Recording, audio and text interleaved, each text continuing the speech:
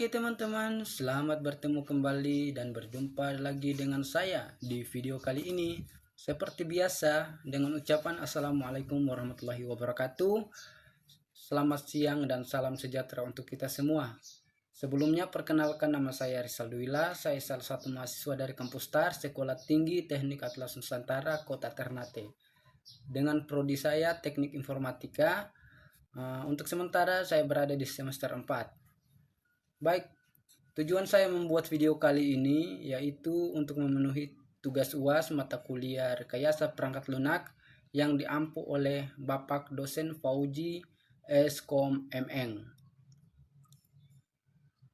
Dan pada video kali ini saya akan membahas tentang proses pengembang rekayasa perangkat lunak terkait sistem informasi toko pakaian atau butik fashion store. Dari kebutuhan hingga implementasinya. Baik, tanpa berlama-lama, langsung saja di videonya. Selamat menyaksikan, enjoy di video teman-teman. Oke teman-teman, langsung saja pada pembahasan pertama. Yang pertama, analisis kebutuhan pengguna. Baik, dalam kasus saya kali ini yaitu sistem pengembang informasi toko pakaian fashion store. Itu harus memiliki metode pertama yaitu analisis kebutuhan pengguna.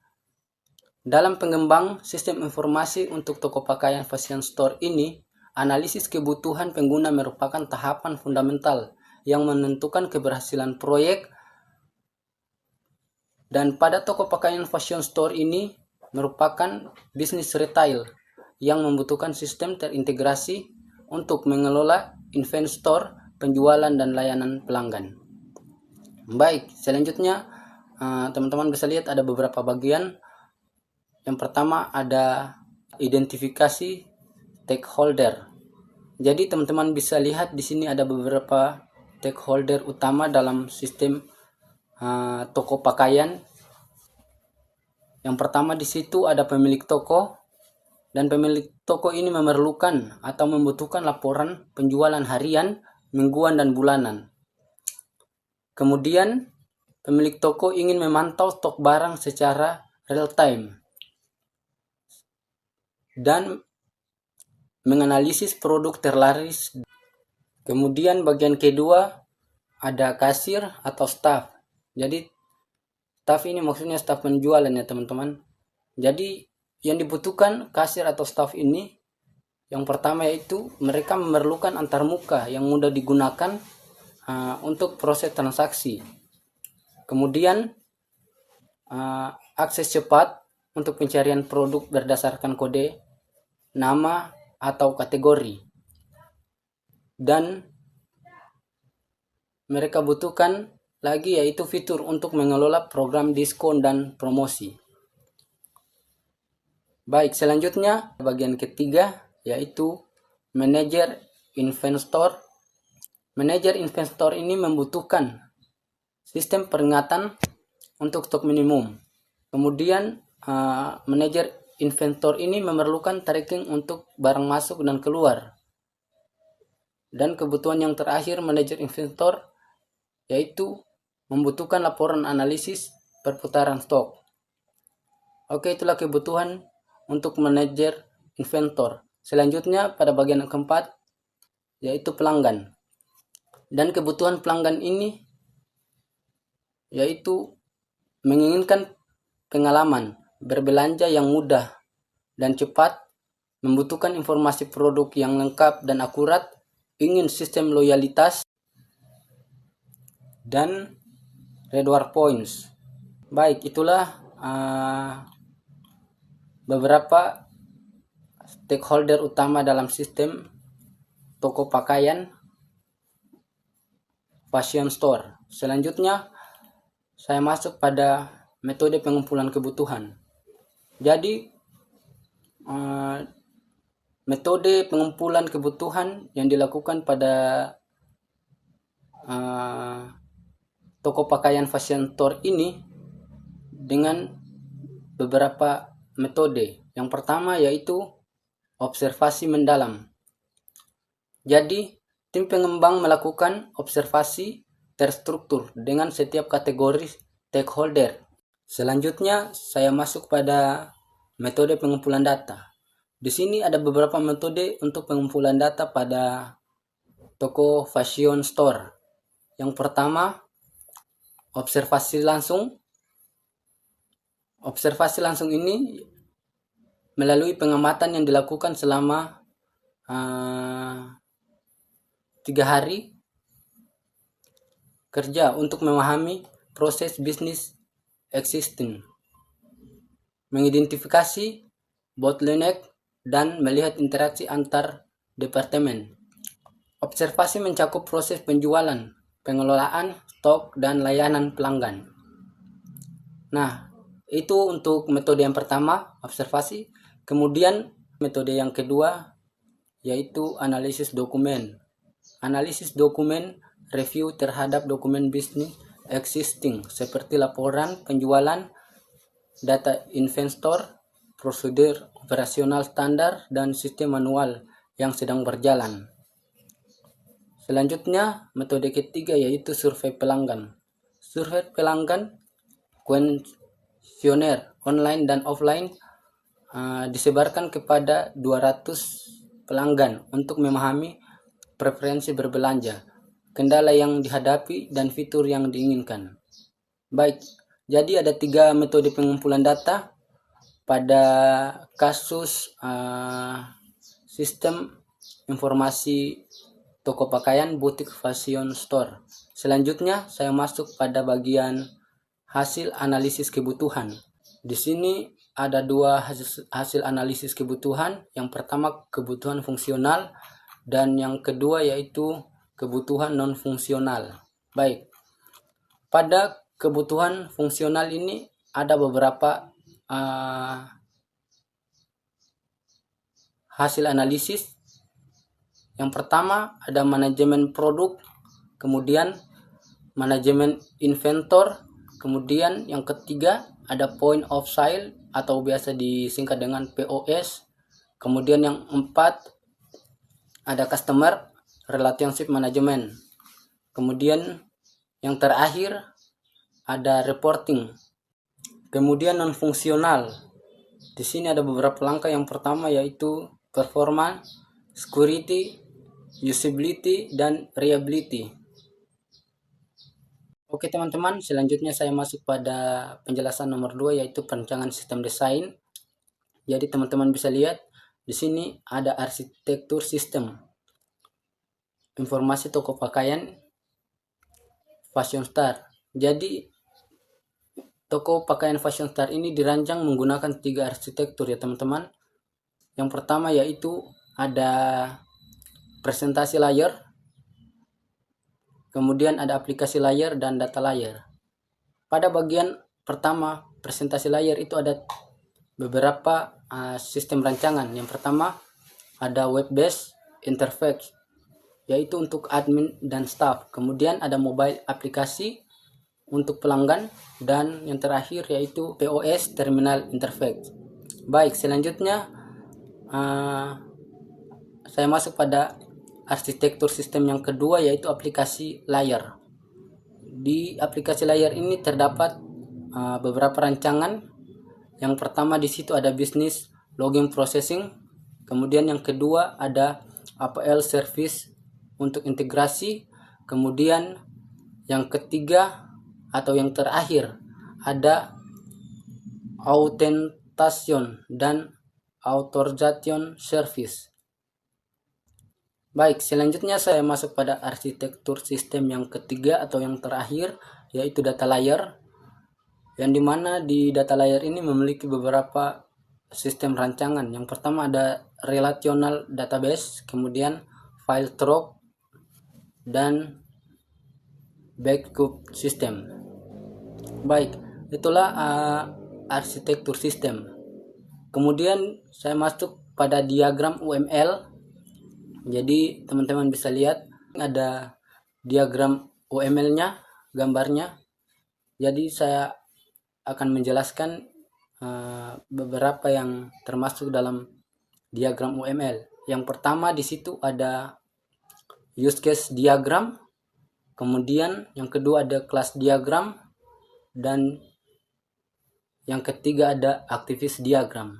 Jadi pada use case diagram ini interaksi aktor dengan sistem itu admin, kasir, manajer, dan pelanggan. Baik, selanjutnya ada kelas diagram. Kelas diagram ini dirancang oleh sistem untuk struktur kelas yang dimana terdapat user, produk, investor, transaction, dan customer. Kemudian teman-teman ada aktivis diagram. Aktivis diagram ini sebagai alur proses transaksi penjualan. Oke teman-teman, selanjutnya saya masuk pada bagian ketiga, yaitu desain antarmuka, UI dan UX. Di sini ada beberapa desain antarmukanya.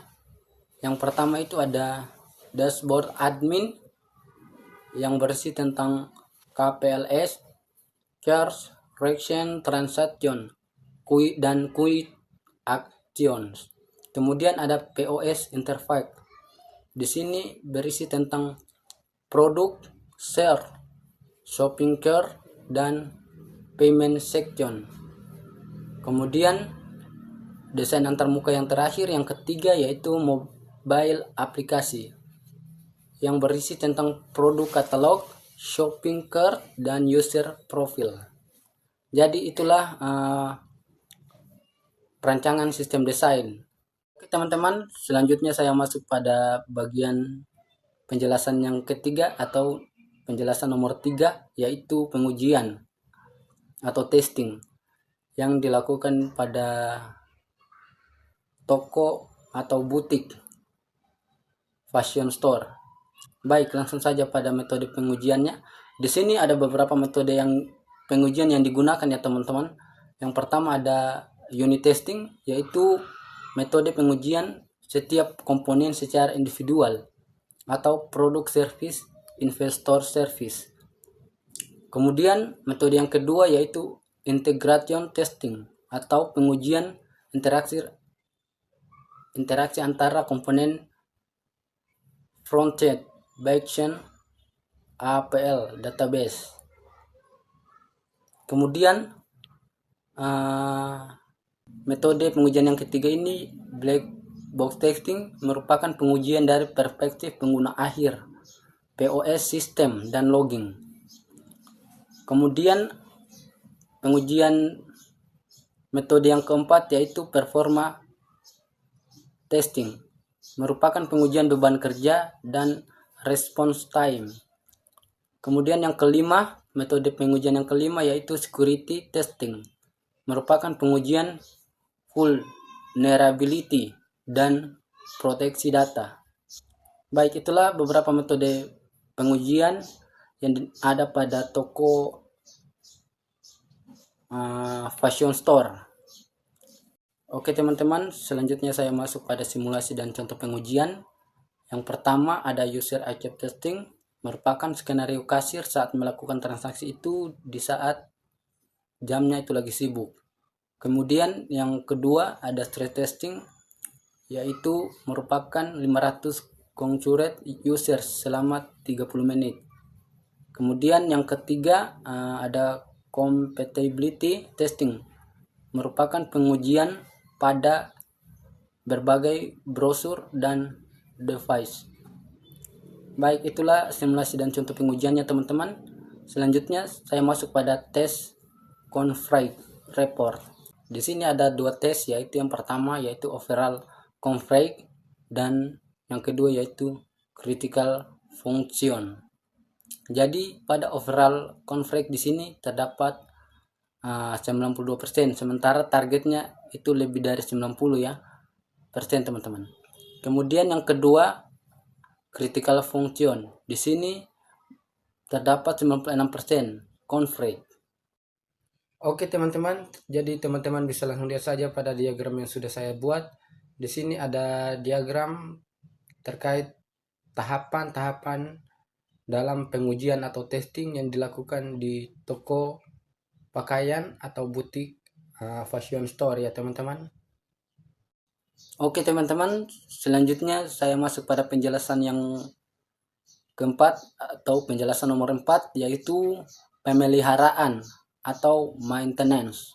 Baik, di sini terdapat beberapa jenis pemeliharaannya ya teman-teman. Yang pertama teman-teman bisa lihat ada corrective maintenance, yaitu memperbaiki bug atau errors yang ditemukan pada sistem. Kemudian ada adaptive maintenance, yaitu menyesuaikan sistem dengan perubahan lingkungan. Kemudian ada perfective maintenance, yaitu meningkatkan performa dan usability. Kemudian ada preventive maintenance, yaitu untuk mencegah masalah sebelum terjadi. Jadi ada 4 jenis pemeliharaan ya teman-teman.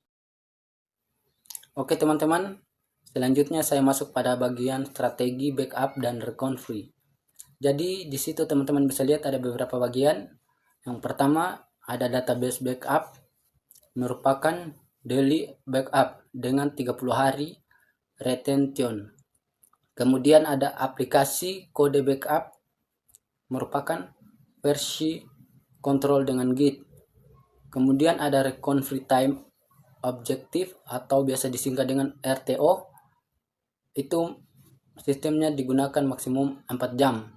Kemudian ada recovery point objective, yaitu biasa disingkat dengan RPO.